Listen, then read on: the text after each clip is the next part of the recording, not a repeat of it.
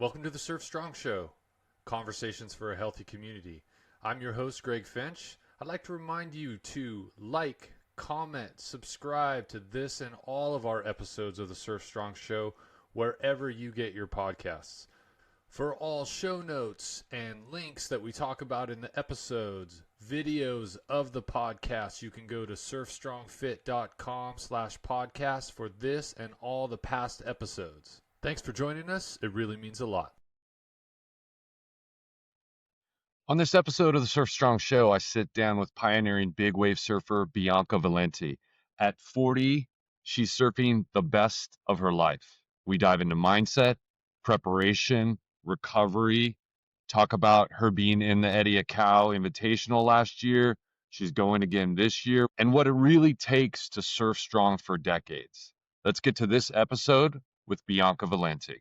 Being that you're based kind of in San Francisco when you're in California, are you concentrating on, Mavericks when that's breaking? Do you then travel when you get the windows to do that? How do you kind of like to go about your season?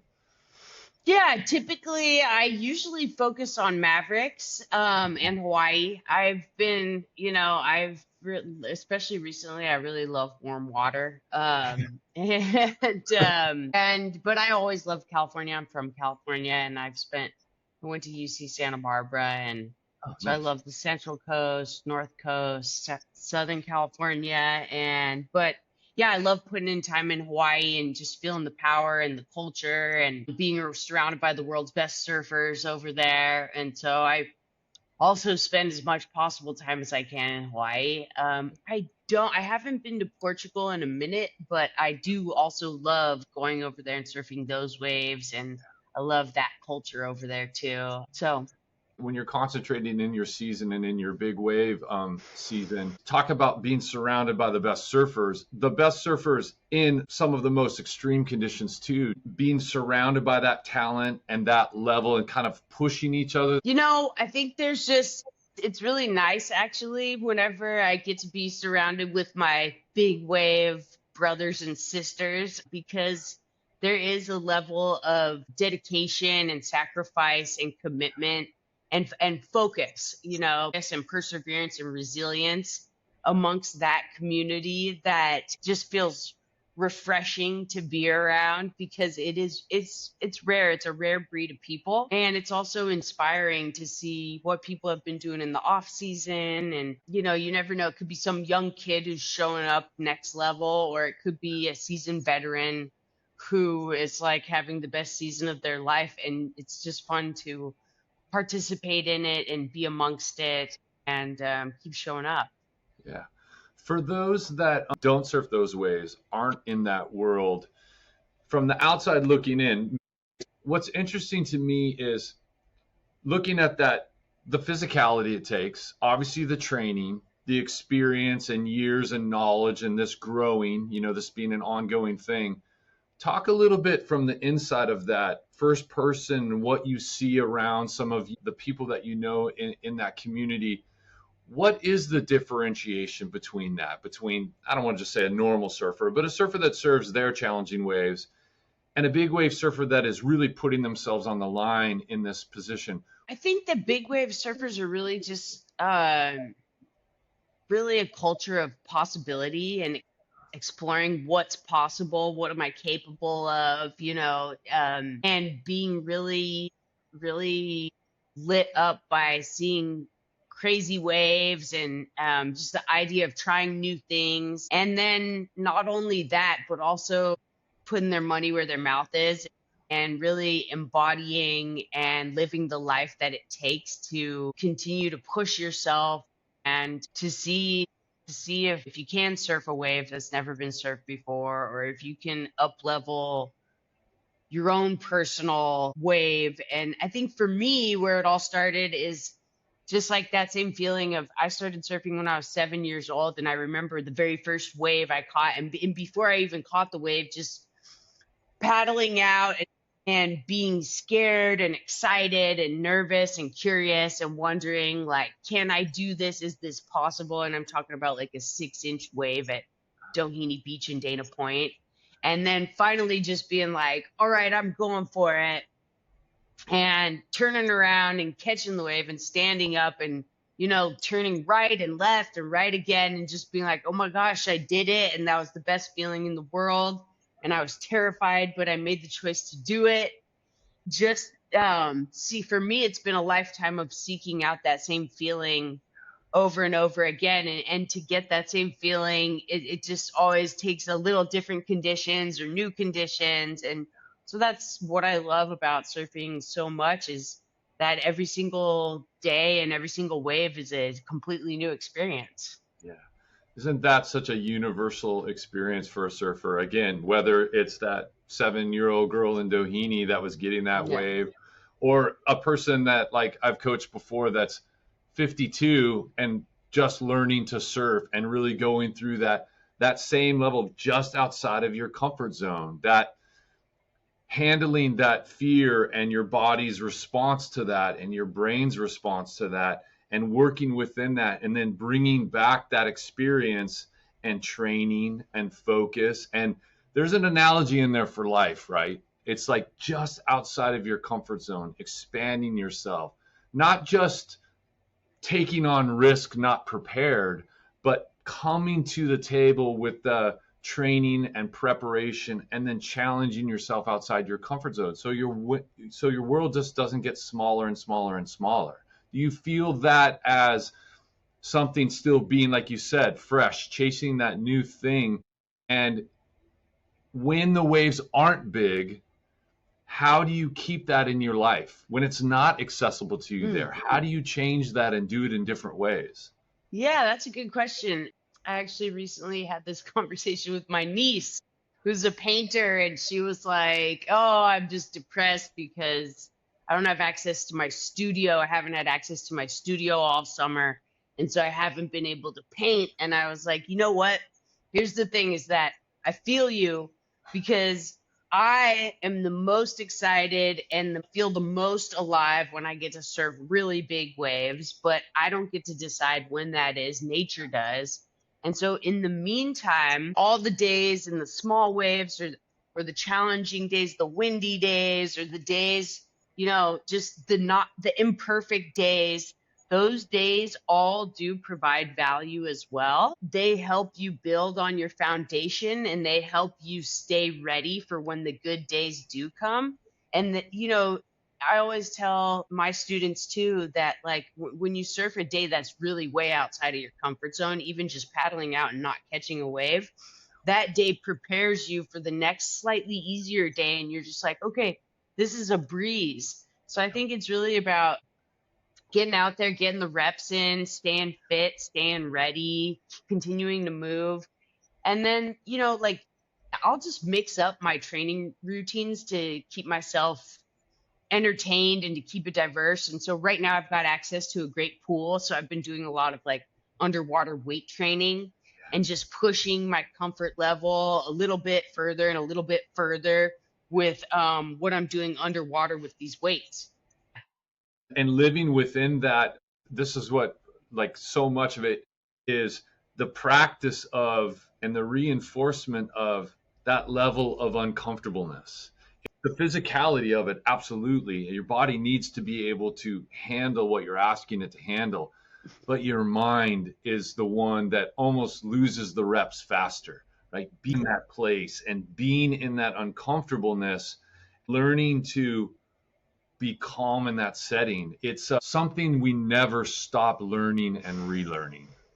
Right. Yeah. And I mean, and also I feel like if I go and I challenge myself physically just a little bit every single day, and it just makes everything else that comes my way throughout the day easier to face. Absolutely. Yeah. Like doing what I do, and similar, like, I have computer work I have to do, unfortunately. I can't just be outside all the time. Yeah. And my wife will come home from work and she'll be like, you didn't leave the house today. Like, it's almost instantly, like, it's just radiating off me, because I'm exactly the same. I need to be outside. I need to empty that gas tank, because if you don't do that, everything else just is all tense and bound up.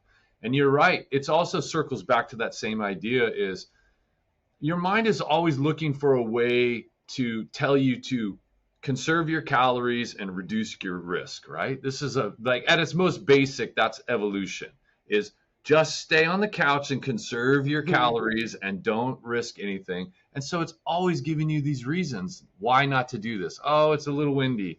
Oh, it's a little these thing that we love, besides our family and our friends and the people that we love in our life, nothing's more important than surfing to us. Yet we just talk ourselves out of it so much. How is that possible? But it is. And you're right. It's like paddle out. Just go paddle out. Yeah. Yeah, I know I've noticed that in big waves too. People are always looking for a reason why not to go. And so I'm the opposite. I'm always like, you know what, this is part of my practice. And so I will always paddle out pretty much every single day, 9 times out of 10, 9.9 probably, and just catch 3 waves. And I pretty much always feel better once I come in. And so it's just my religion, my way of connecting with higher powers, and my way of just connecting with the ocean and grounding myself, my mental health. It's it's my church. And so it's so much more than just getting out there and catching a wave. It's just a part of it's a really keystone of my well-being. Yeah. So that's also something that's a habit that I always encourage people who are learning or anywhere along their journey, is like, just go surfing, like, who cares what the conditions are? Get out there, catch a few waves, or maybe don't catch any paddle around. It doesn't have to be an hour. It doesn't have to be 2 hours, but like, do a heat, 15 minutes, even just go stare at the ocean. That could be surfing too. Yeah. But connect with nature, and then everything else will be better. Yeah. It just puts you in that place. You're continuing to say to yourself on a daily basis, yes. You're continuing to reinforce yes. And so those conditions, we've said this, I've said this on the show plenty of times, but it's like you paddle out in what like doesn't look very good and is kind of blown out and what you kind of think is crappy, and you get a great little nugget wave. It almost always happens. And even if you don't, like, I always challenge my students or just other people I'm talking to, when was the last time you paddled out and regretted it? It's very, very, very rare. I can't think of the last time. So you're right. But you have to remind yourself of that, because we know these things. We're professionals at this, teaching other people these things. And you still have to always remind yourself, just go do that. Yeah. Yeah, absolutely. Yeah. So talk a little bit about kind of along those lines, is showing up every day to your mind and your body and your preparation for those higher end days when it is firing and those big waves are there. Talk about, we definitely want to hear, myself as a coaching geek, I want to hear the nuts and bolts of the things, but also just how you keep showing up. With each day, week, month, year, it doesn't get easier. It doesn't mean it's impossible by any means, but what is your routine like to keep showing up every day for yourself and your surfing? Yeah, I would say in some ways it does get easier because the habits are so deeply ingrained that you just don't even think about it. Yeah, great point. And so for me at this point, I'm 40 years old and I'm surfing the best that I have in my life, which is really cool and inspiring. And I've been inspired by seeing people like Pete Mel get barreled out at Mavericks, when he was 50, and surfing with Ross Clark Jones in the Eddy, who's in his 60s, and he's in it again. And so I think that what changes is how you pace yourself and how you stay ready. And so what I do know is that, like, the aches and pains of aging are definitely real, and that you do have to prime and prepare your body every single day. And it doesn't have to take a lot of time, but you do need to make time for it. And so for me, it's all about waking up, and I start off with, hydration and some warm salt water is what I like, Celtic salt and warm water before I hit my coffee. I definitely am a coffee first thing in the morning because I'm always waking up early, and it's just I'm in the coffee culture. And then usually while I'm making my coffee and my warm water with salt, I'll grab my massage gun and just start hitting the bottoms of my feet. And I'll get 1 minute on the bottom of each foot, just because that's where I feel like the chain starts, where you're connected to the ground. And the thing is that it feels good, and it's just an easy way for me to just like wake my nervous system up. Yeah. And then I just kind of blanket my whole body and like hit my shins and my calves. And then I spend at least a minute on each IT band, because the IT band to me is one of the tightest places on surfers. So the outside of the leg, it's vascular, but it's not a muscle. And so I find that massage gun really just works well to get me vibrating, get me awake. And then I'll hit my arms, my chest and everything. And then I'll usually do a little foam rolling and some band work just to activate all my paddle muscles, my glutes. And that's like a 5 to 10 minute routine on the regular day. On a big day where I know that, hey, this is serious, the waves are going to be 25 feet plus, I'm getting up an hour early, and I'm spending half an hour to an hour preparing my body. Yeah. Yeah. And are you using your massage gun on your IT band directly before you do some foam rolling? Definitely. Like some of my aches and pains, I mean, I've had shoulder injuries, knee injuries, broken ribs, all the things, feet, everything. And so I find that these help me manage my chronic issues. Yeah. And I think it's a little bit different for everybody, but I think finding the things that work. And sometimes I'll mix it up, but like I've got my foam roller right here. And like this foam roller is like one that I can't live without. And that's like what I use at the end of the day to really get in between the tissues and soften them up and to release.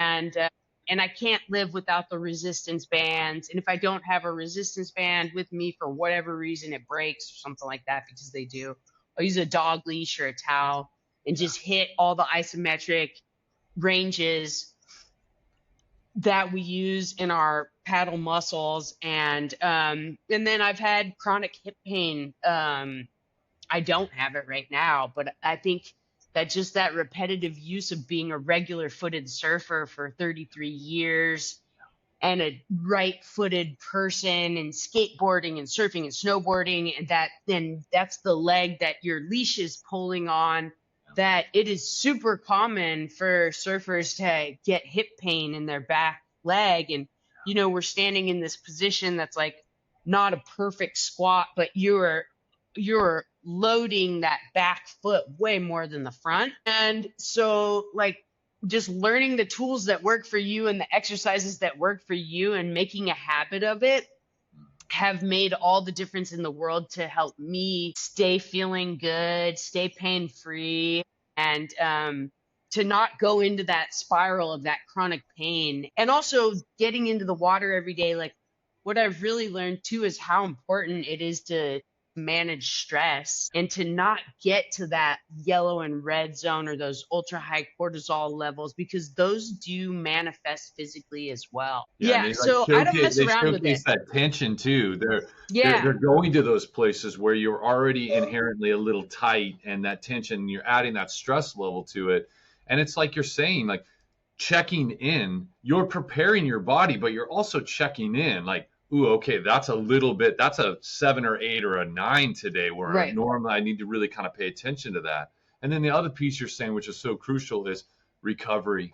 Recovery just gets kind of pushed to the side because we're preparing. Okay, great, I'm preparing for this. I have this great session, and then like, oh, I'm done now. Like, no, you're tired. Yeah. Now you're circling it back. You're completing the circle here. Yeah, totally. Yeah, recovery, like, you're tired, you eat, and you hydrate, but all of these things said, it's like if you just take a little bit of time each day, you make a little bit of time each day, it's amazing how much of a difference it makes. Yeah, absolutely. That consistency is so. I mean, that people, my students and clients are just like consistency, because they just hear me saying it over and over again.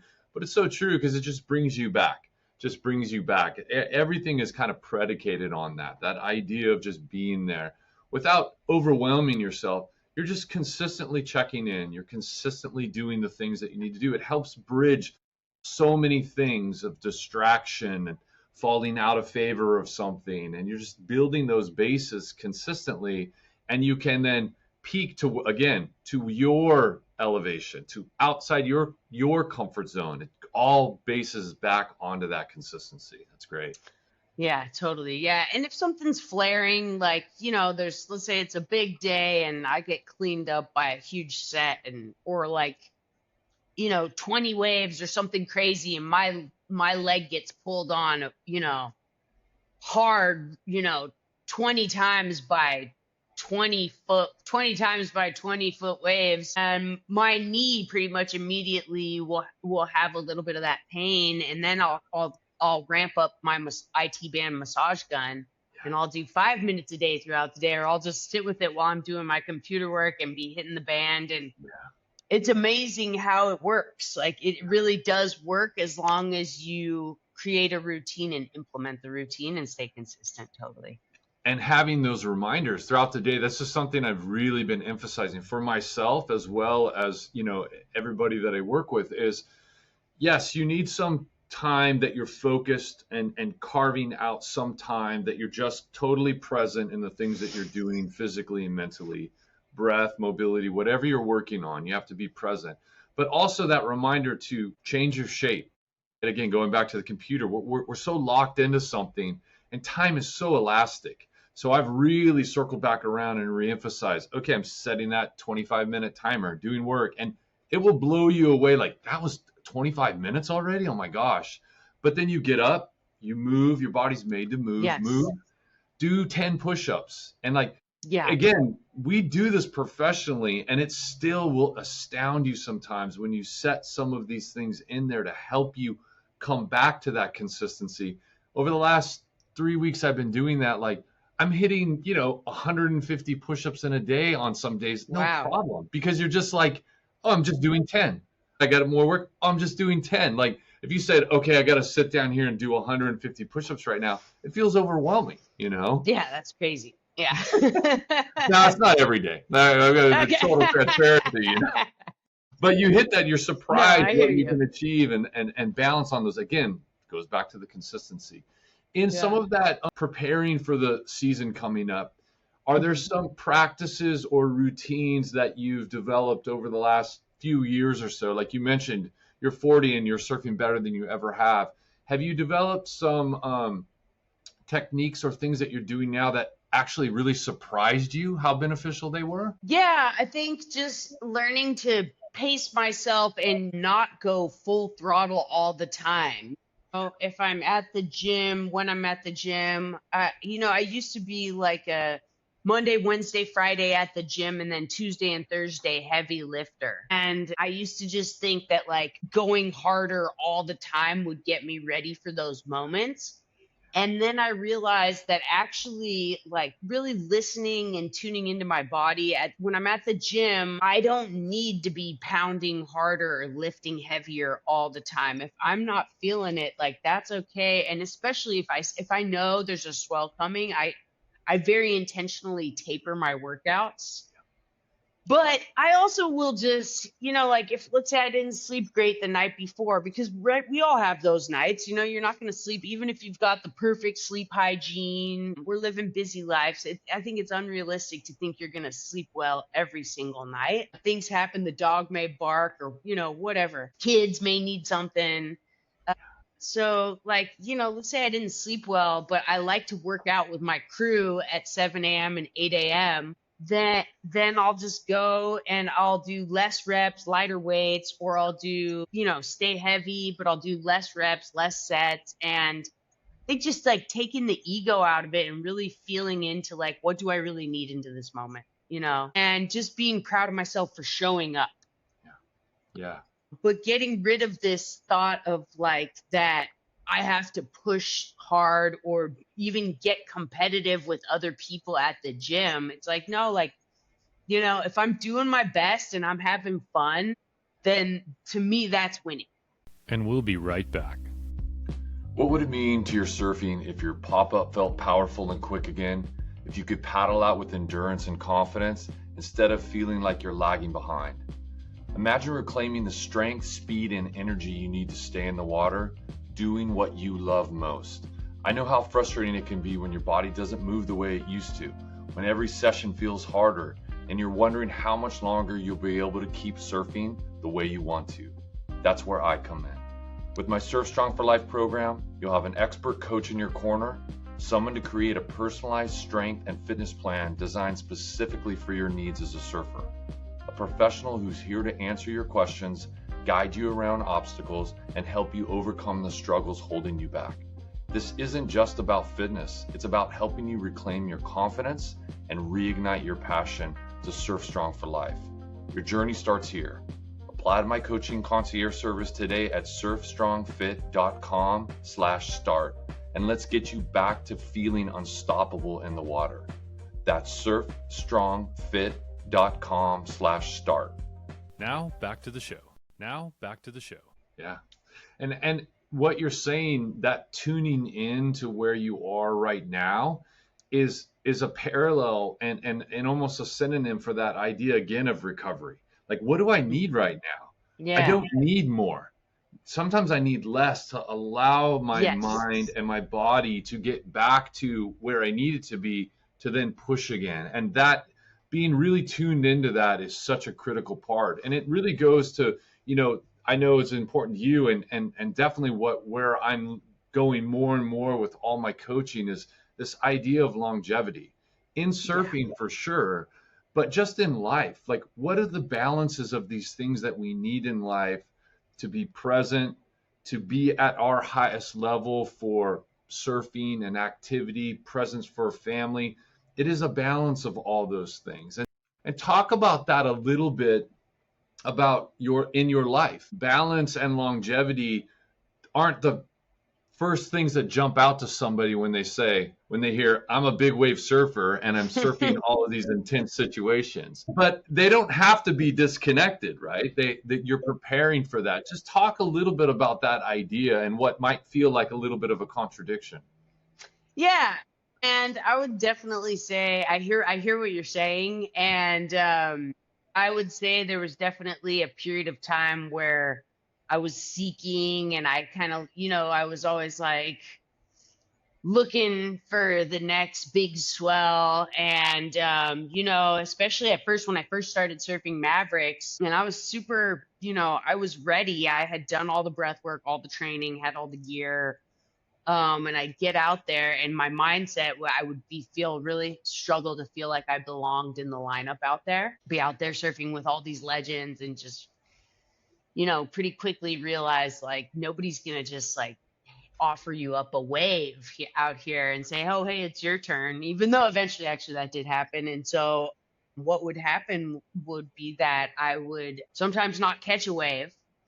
And then I would be so down on myself afterwards because I wouldn't know when the next opportunity was going to come. And it would be just absolutely devastating. And so I had to come up with these techniques to really to feel like I belonged out there. And one of them was tapping into like a dissociation technique and learning how to feel like I was a killer bee out there. And I was like, all right, I'm not out here to talk.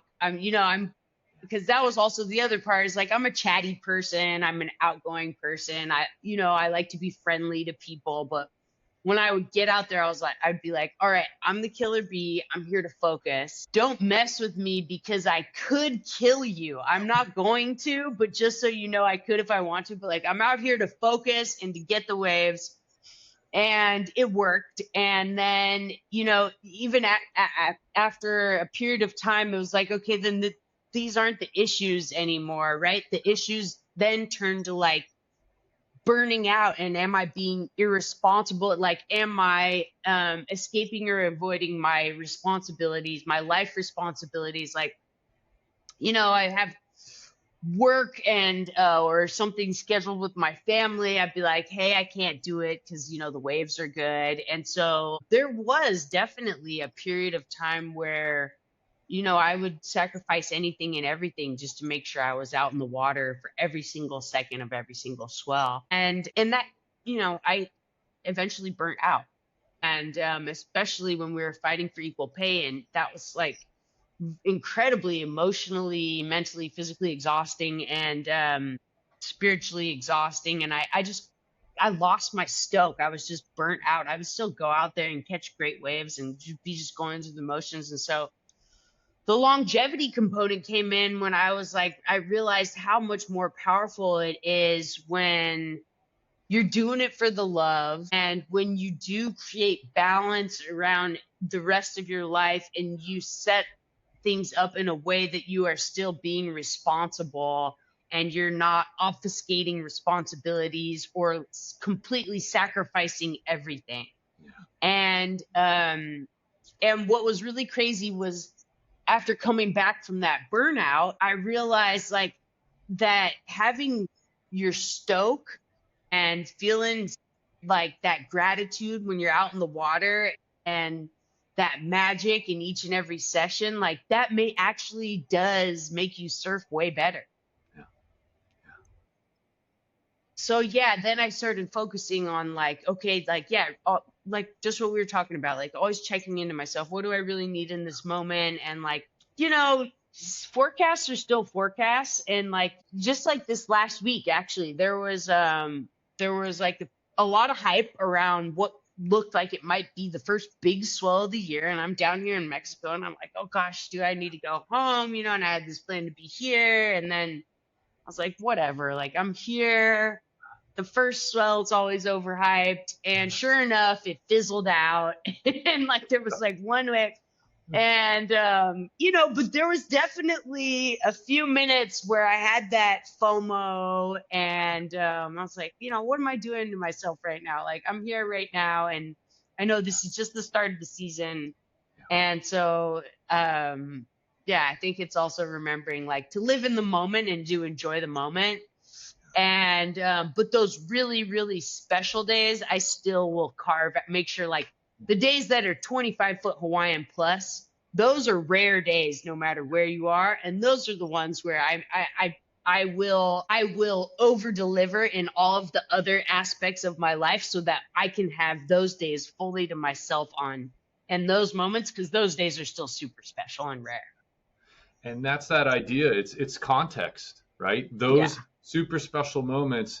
And then it's also that same idea of being present, period.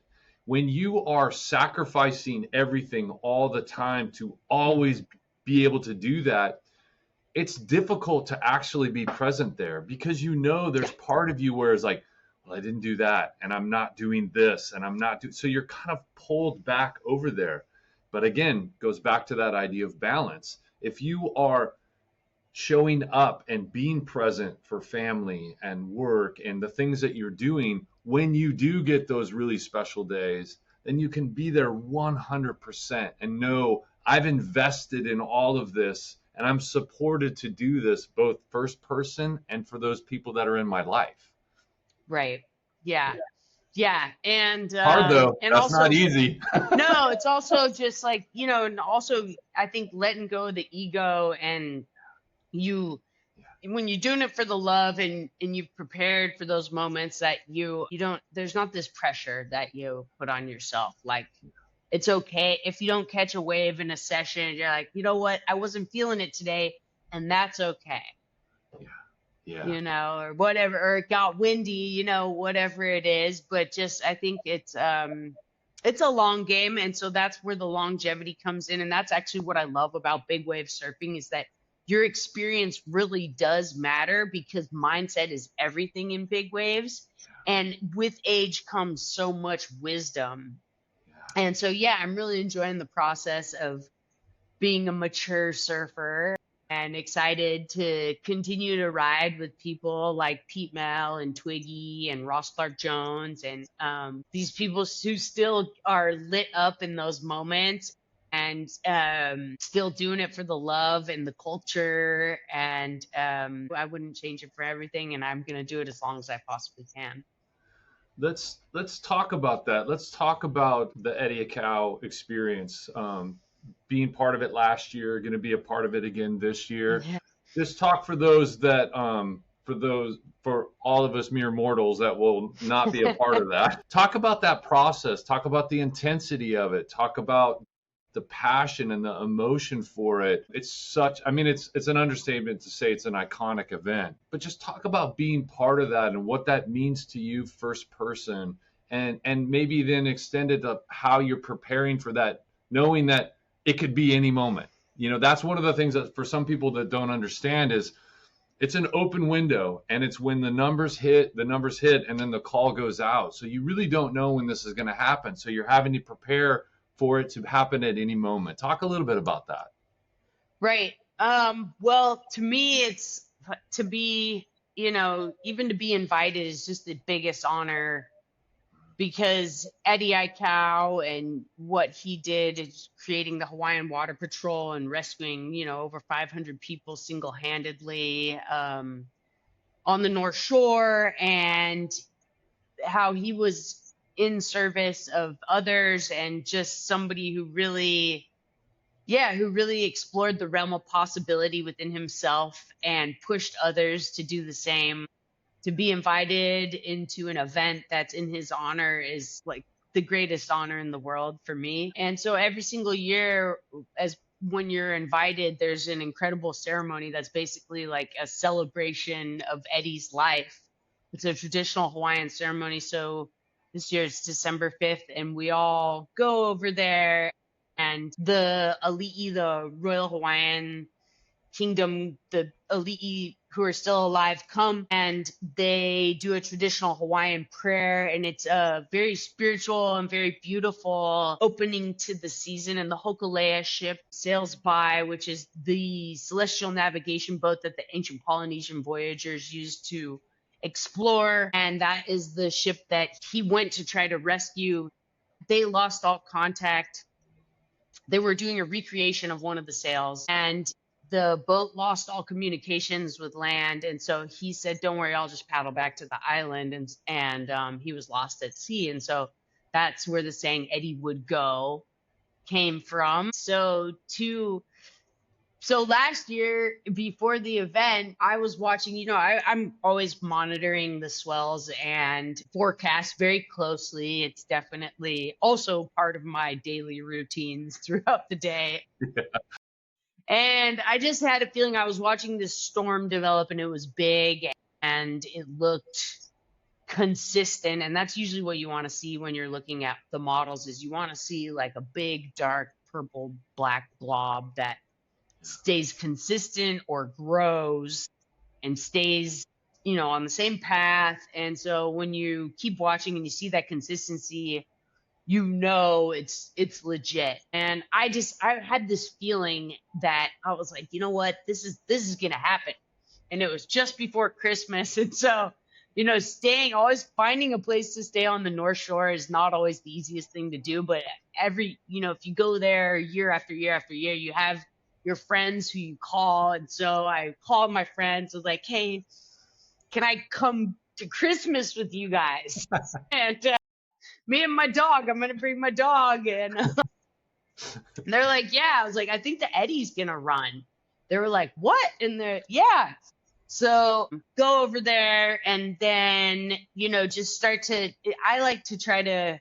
I prefer to have at least 3 to 5 days anywhere to kind of ground and get settled. That just works best for me. Some people can go right on the day of, on the fly. I'm more of like like to get settled and have a little more time to dial in my sleep, go get my groceries, my healthy food, snacks, all that. And so, I got there a little bit early, maybe like a week early, and then Greg Long needed a place to stay. So he was like, hey, can I come stay with you? So he was my roomie, and that was really fun because he's just also somebody who's one of my best friends and such a legend. It's always more fun to have like a ride or die in those moments. The night before, so they call it, it's on, it's green. And so we are allowed to take our stuff from the house and leave it down at the parking lot. So the issue is that Waimea Bay is a tiny bay, but on the day of the eddy, it is like a national holiday that doesn't get celebrated every single year. So 80,000 people show up to the bay, and there's no parking, there's no concessions, there's no nothing. So you have to really plan and prepare and make sure your gear is down there, because if you think you're going to just drive up on the day of the event, you might miss your heat, and like, who wants to do that, right? So Greg and I go in the evening, and we take his car down, and we leave his car parked with all of our gear, and then we walk back. We were able to walk to the house that we were staying at, our friend's house, and that was really one of the most amazing moments, where I was just looking at all these people from all over the islands, and people who have flown in just to watch the event. They camp out on the side of the road overnight, and they set up couches and cooking and TV screens. And like, it is the ultimate tailgate situation that you've ever seen. Like I said, if you want to go to the bathroom, there's a bathroom, but if you want water, food, anything, you have to come prepared, and it's like at a moment's notice. And so I was just like, walking, like, this is crazy. Like, I wonder what I would do if I was going to come just to be a spectator. And in my mind, I was like, well, I'd catch the bus on the day of, but so I didn't have to sleep on the side of the road. People set up tents on the side of the road. They sleep in their cars. So anyways, go back to the house, eat a healthy dinner, go to bed early, wake up in the morning in the dark. And every big wave, I never expected Greg to do this, because he is like the ultimate forecaster, but he looks at me. We wake up in the morning and it's in the dark, and he looks at me and he's like, do you think there's going to be any waves? And I was like, what do you mean? Is there going to be any waves? It's the eddy. Like, we know it's going to be massive and it's going to be epic. And like, what? You of all people. And, this every single time, it's a big wave surfer thing where they're like, oh, it's flat, and you're like, no, it's not going to be flat. It's just breaking the tension a little bit. It's just setting expectations a little bit. Yeah. So then we walk down, all our stuff's already down there, and we start walking from the house in the dark, and it's like super busy, like busy bees all over the place, and there's people selling coffee on the side of the road and muffins. And usually in Hawaii, it's really calm and quiet in the morning. I've always noticed, like, Hawaii is like to sleep in, and it's kind of like a sleep in culture over there, but not on the day of the eddy. It's like buzzing, just this energy, this electricity. And then you come down the side into the bay, and there were, Rip Curl was selling selling T-shirts, and there's hundreds of people lined up, and the whole bay is already filled with people, and it's not even light out. And the swell was slow to show up, so they delayed the start. But then it was on, like, right around 8:30, the first set start rolling through, and they're like, all right, first heat's going out 8:50. Greg's in that heat. And so, like, we were kind of helping each other out, with gear and everything. It's what you do, is we're all one big family. But I mean, it was amazing. It was definitely the most amazing day of my life, in a surf contest of my life by far, because it's just this crowd of people. The waves alone are insane. The Hawaiian Water Patrol is killing it. They're just nonstop all day, rescuing us, taking us out, and people like. And so finally we go out in my heat, and just when you can go out at any time in the heat before your heat, you can go out into the water. So you can be out in the water for as long as you want before your heat, as long as it's during, the heat before yours. Yeah. So we get out there, and I was with Mark Healy, Ian Walsh, Annie Starr, Ross Clark Jones, Mason Ho, and I think Mark Healy is just like screaming. We're watching people send it because from the shoulder, and they're like, yeah, like, it's just, like, let's go. And I was like, okay, let's do this, And so immediately the horn starts, and it's our heat. And I think, Healy or Ian Walsh, and just go sit super deep and take off on these crazy waves that don't look makeable. And unfortunately, Mark pretty much like ate it and burst his eardrum right away. Went over I mean, some really heavy wipeouts go down in like the first 5 minutes. And then Mason Ho was kind of like trying to give Annie and I some tips. And I was kind of watching Ross Clark Jones and Mason Ho, because Mason Ho had this strategy where he was like, oh, if you sit a little outside and wide, you have a better chance of making it, but the wave looks just as big, but then you make it. And so it's like, really, you got to kind of go zen and really, again, tune into yourself and make the decisions you don't want to be pulled into somewhere where you don't want to be, or take off on a wave where you're not totally centered on going. And so, I was kind of like waiting for my turn, which you will get a turn because there's just so many waves coming through. And then I was like, all right, I had to chip into this wave, and it was definitely, I think, one of the bigger waves of the day. I got into it, chipped in, and I dropped down, and I was going like Mach 10, and I get to the bottom of the wave, and I was like, oh my gosh, like this wave's gonna barrel over me right now. It is huge. And I was just like, okay. And I kind of just did like my power stance and just, relaxed and relied on my training and knowing that like, I've done everything I can to prepare for this moment. I do not need to be worried or afraid or scared or panic or anything, just to brace myself because it's going to be a hit. And then sure enough, it was. I got totally exploded.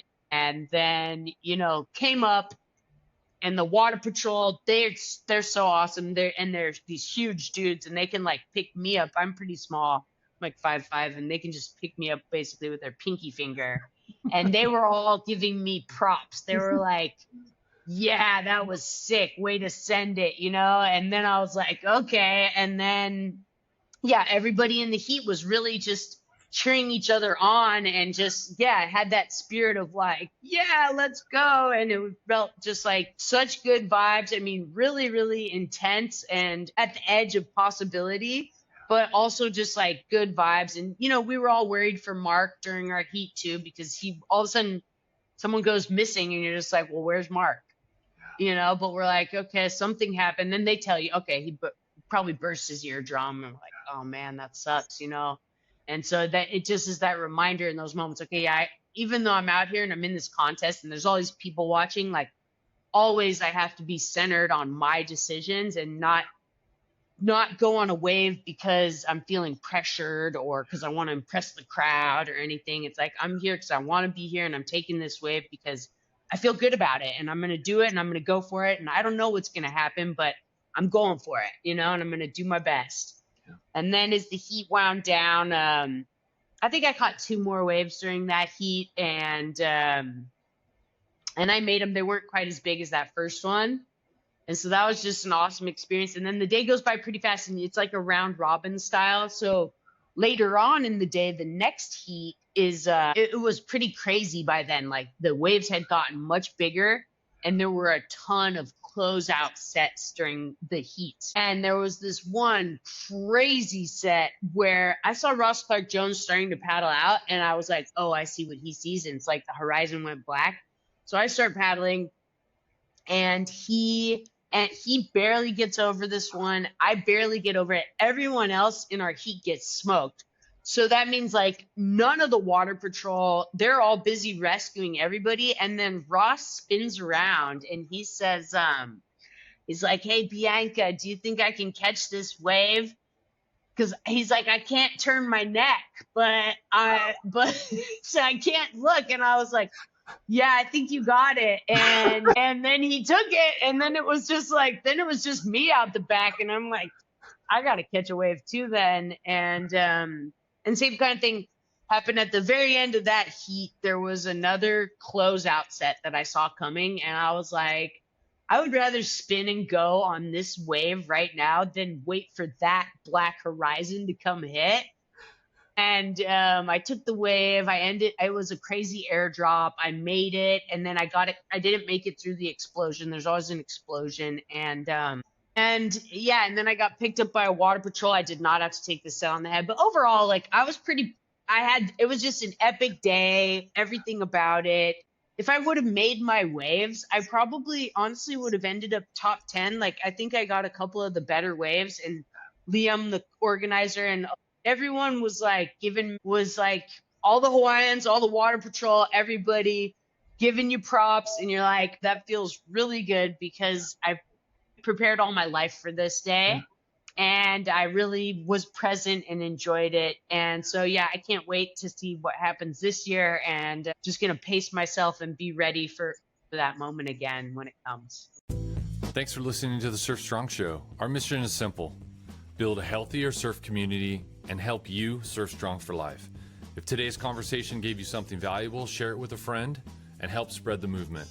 For bonus programs, surf-specific training, and ways to connect directly, head to surfstrongfit.com/start. And if you're ready for high-touch, customized coaching, reach out to see if you're a fit for my surf-exclusive program. Until next time, train smart, breathe deep, travel far, and surf strong for life.